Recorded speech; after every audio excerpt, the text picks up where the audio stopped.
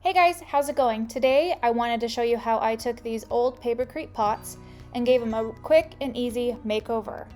So I used 3 methods of painting these pots. The first one here is wood stain. I also used a spray paint in a flat gray color. And the last one I used some fun acrylic paints. So I'll go ahead and walk you through the process and the steps that I took. The wood stain that I used was in the color ash. The spray paint was a flat gray color. And then I used some acrylic paints on this smaller one, just some that I had around the house, in lavender and then a deeper purple. But you can obviously use whatever colors you want and do any fun patterns. So I started with the acrylic paints because I knew I was going to have to do multiple coats of the base color and then at least one coat for the design I was going to do on top with the darker purple. So I used a paper plate and some paintbrushes, and I gave the pot a first coat. So I think the acrylic paint option is perfect for someone who's wanting to do hand painting, doing some fun designs or patterns, or if you're wanting to paint scenery or flowers, that type of thing. I think acrylic paints is fun because you can get a bunch of different colors for really cheap and have a bright pop of color in your garden. The important thing is that you seal it afterwards, and I'll show you later on in this video what I sealed it with. But acrylic paints will rub off with water, so just keep that in mind for the longevity of the paints.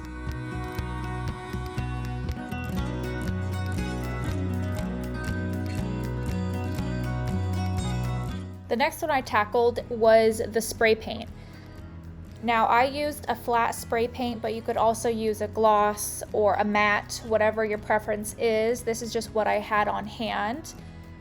So I started with spray painting the outside of this flower pot, and I sprayed it once really well and let that dry, and I did a second coat just to really get the whole thing covered well.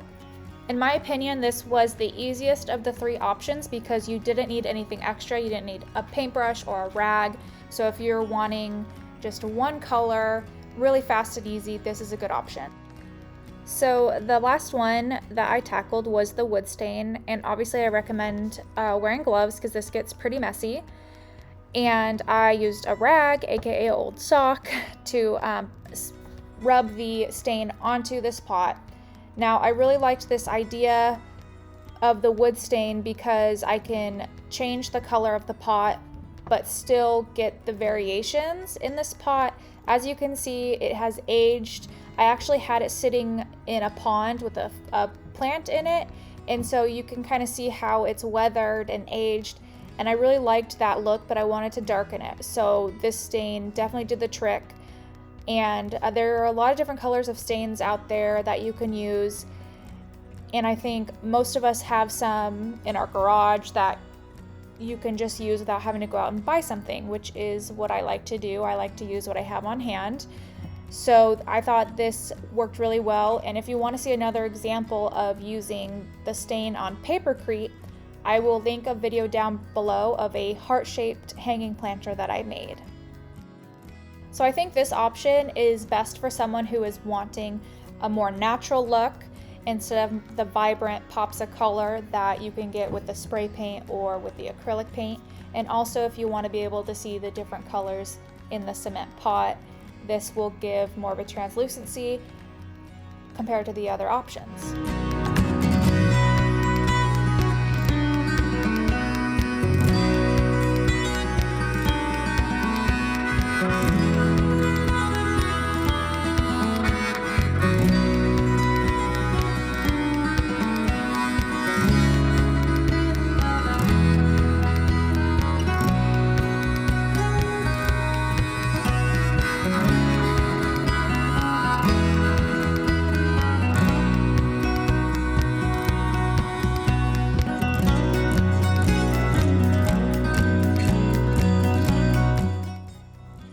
once my 2 coats of the acrylic paint was dry, I went in with my darker purple color and I painted some polka dots, which is pretty straightforward. I just used a smaller paintbrush and I went in with different sizes of dots, and I did that all the way around the outside of this pot.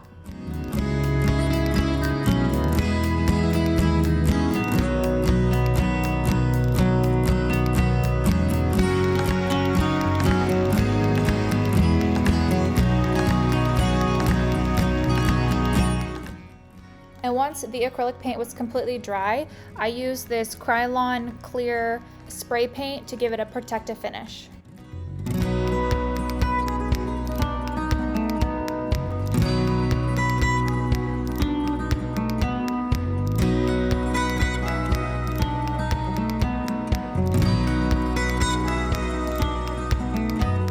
Since the surface of Papercrete can be pretty textured, I used a paintbrush to get into all those little nooks and crannies with the stain.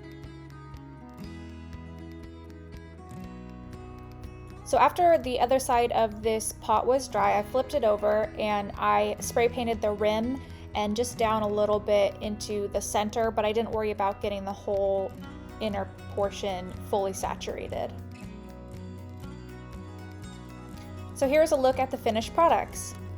The wood stain definitely has variation of color. I like that look, but if you wanted to have more of a solid uniform color, you could go in with multiple coats, but I really like the way it looks and I think it totally updated it. And I really love the color of this one. This flat gray I think looks great and would go well in anyone's garden. And then this one is just fun and whimsical, would make a fun project to do with kids, to give as a gift or anything like that. It's just more of a sort of novelty type thing. As a little bonus, I wanted to show you what I planted them up with. I put an elephant ear in this first pot. Then for the gray pot, I put in rain lily, also known as zephyr lily. They have beautiful white flowers when in bloom.